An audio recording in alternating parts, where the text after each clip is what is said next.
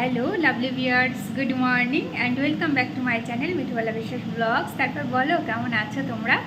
নিশ্চয়ই খুব খুব ভালো আছো আর সব সময় ভালো থাকবে। সঙ্গে আমিও ভালো আছি। রান্নাঘরে জোর তোর চলছে রান্নাবান্না।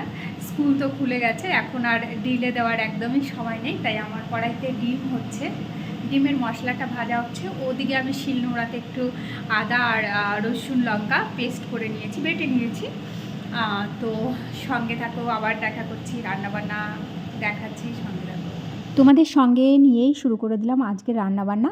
আর শিলনোড়া আমি ব্যবহার করতে ভীষণই ভালোবাসি, কিন্তু কি জানো তো, আমার শিলনোড়াটা অনেকটাই ধার কমে গেছে, একটু দেরি হচ্ছে বাটাবুটি করতে।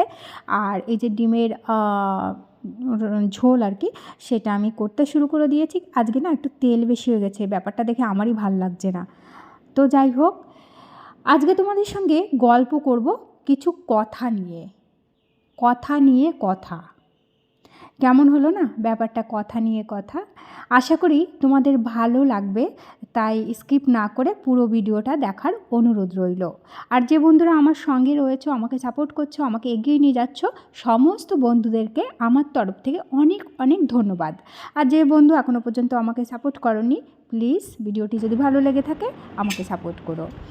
তো আমি উচ্ছে কাটতে বসে গেছি, উচ্ছেটা ভাজা করব। ডিমটা আমার নামানো হয়ে গেছে, তারপরে উচ্ছেটা ভাজা করব আর কি, তার জন্য প্রস্তুতি নিচ্ছি।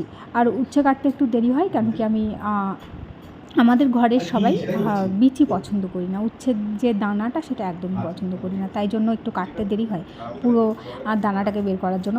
যাই হোক, চলো মূল কথায় ফিরে যাই। কথায় বলা হয়, ডাক্তারের মিষ্টি কথায় রোগী অর্ধেক সুস্থ হয়ে যায়, তাই না? কখনো কি ফিল করে দেখেছো যে ডাক্তার যদি দুটো ভালো কথা বলে কোনো পেশেন্টকে, সেই পেশেন্ট কিন্তু অর্ধেক সুস্থ হয়ে যায়। আর সেই ডাক্তার যদি খুব মিষ্টিভাষী হয় বা মিষ্টি করে বলে, বা তার মুখটা খুব হাসি নিয়ে কথা বলে, তাহলে মেডিসিনের থেকেও বড় কাজ করে দেয়।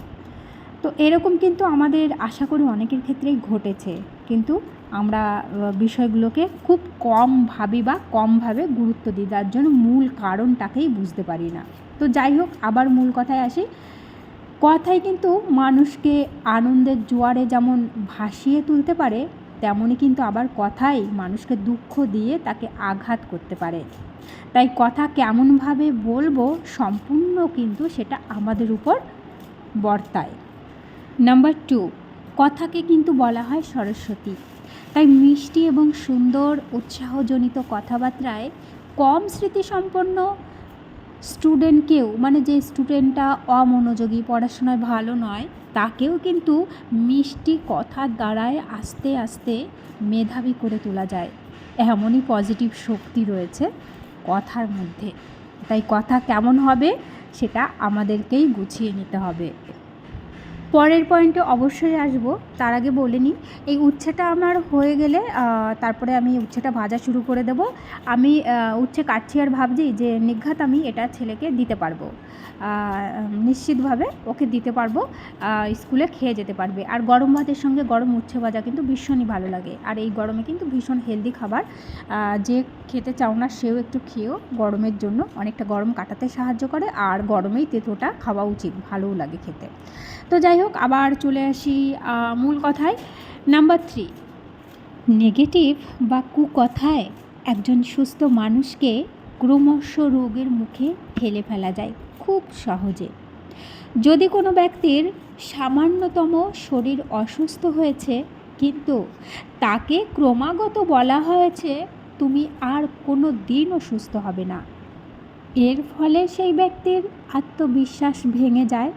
সেভাবে সত্যি আমি আর কখনোই ভালো হব না। কারণ হলো, মনোবল বা প্রাণশক্তি দুর্বল হয়ে নেগেটিভ এনার্জিতে ক্ষয় হতে থাকে তার শরীর। একসময় সে ক্রমশ জর্জরিত হয় রোগে ভোগে। মজার ব্যাপার এই যে, নির্বোধ বোকা ব্যক্তিরা বলে থাকেন আমি এই কথাটি বলেছি জন্য আমার কথা ফলে গেছে। আমি তাদেরকে বলবো, কেউ দুটো ভালো কথা বলতে না পারলে বলো না, কিন্তু কটু কথা একদমই বলো না। আজকে আমি একটু জলখাবারের সঙ্গে না লুচি আর তরকারি নিয়েছিলাম, কিন্তু এতটাই বাজে আমি খেতে পারিনি, আমার ভালো লাগেনি, আমি ছেড়ে দিয়েছিলাম, একটা খেয়ে বাকিগুলো পড়েছিল। আর সকালবেলা এটাও হতে পারে সকালবেলা খাই না জন্য হয়তো বা আমার কাছে ভালো লাগেনি। তো যাই হোক, স্নান সেরে পুজো করে তারপরে আবার একটু বসেছিলাম এখানে কয়েকটা বই পড়তে, সেটাই পড়লাম। তো যাই হোক, 4 নম্বর পয়েন্টে চলে আসি। সময় বুঝে সুকথা বললেই সেই কথার কিন্তু গুণগত মান আর পজিটিভ এনার্জি বৃদ্ধি পায়। এরপর আমি ঘরে ঢুকবো। চলে এলাম টিউশন সেন্টারে আদিকে দিয়ে, আর স্কুল থেকে এসে 1 ঘন্টা সময় পেয়েছে, এর মধ্যে কিছুটা খেয়েছে, তারপরে আবার টিউশনের একটু পড়া বাকি ছিল সেটাও করলো, করে দিয়ে তারপরে পুরো নাকে মুখে, গত বছর এরকম ছিল না, এবার থেকে শুরু হয়েছে নাকে মুখের পালা। আর ক্রমশ উঁচু ক্লাসে যাচ্ছে, এটা সবে স্টার্ট হলো ইঞ্জিন, আর কবে গিয়ে থামবে ঠিক নেই। বাচ্চারা তো চেষ্টা চালিয়ে যাচ্ছে, ফিউচারে কি হবে কোনো নিশ্চয়তা নেই। তবে বলে না, তোমার কর্ম তুমি করে যাও, পরে কি হবে দেখা যাবে, আগে ঠিকঠাক করে তো স্টাডিটা হোক, নিজেকে ঠিকঠাক করে পড়তে হবে।